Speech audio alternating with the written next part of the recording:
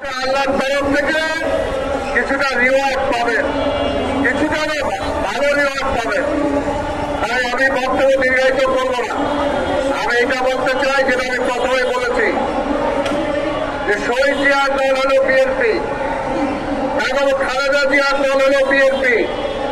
আপনার শহীদ জিয়াকে দেখেছেন, শহীদ জিয়া স্বাধীনতার ঘোষণা দিয়েছেন। শহীদ জিয়া এই দেশে বহুদলীয় গণতন্ত্র দিয়েছে।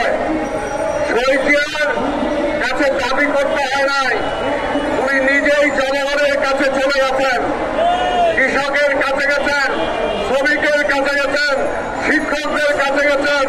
এমন কোন শ্রেণী নাই যে শ্রেণীর কাছে শহীদ জিয়া যান নাই, তাদের দাবি দেওয়া পূরণ করেন নাই। শহীদ জিয়াকে আপনারা দেখছেন এবং খালেদা জিয়াকে আপনারা দেখছেন, সবচেয়ে জনপ্রিয় নেত্রী, এই দেশের জন্য অনেক করেছেন। আজকে তাদের সুযোগ্য সন্তান তারেক রহমান, আজকে অনেকেই চায় না তারেক রহমান বাংলাদেশে আসুক, তারেক রহমান বাংলাদেশের ক্ষমতা আসুক।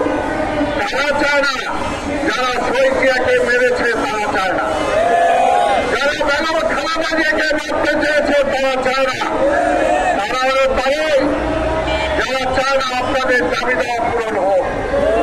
এই দেশের মানুষ নিজের পায়ে দাঁড়াক, যারা চায় না, যারা চায় অন্য দেশের কাছে হাত পেতে বেঁচে থাকার জন্য, তারাই তারেক রহমানকে আসতে দিতে চায় না।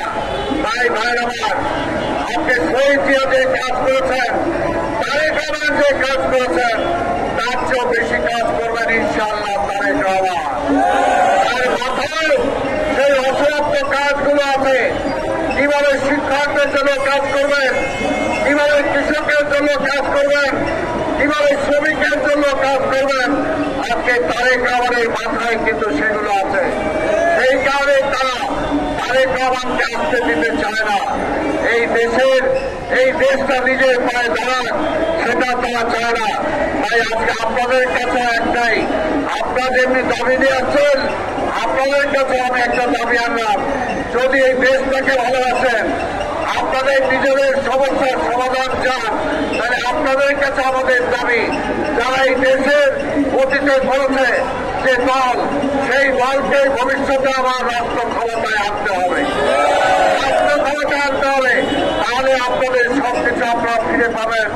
আর অন্য কেউ আসলে এই দেশটা বেচা খাবে, আপনাদের দিকে কেউ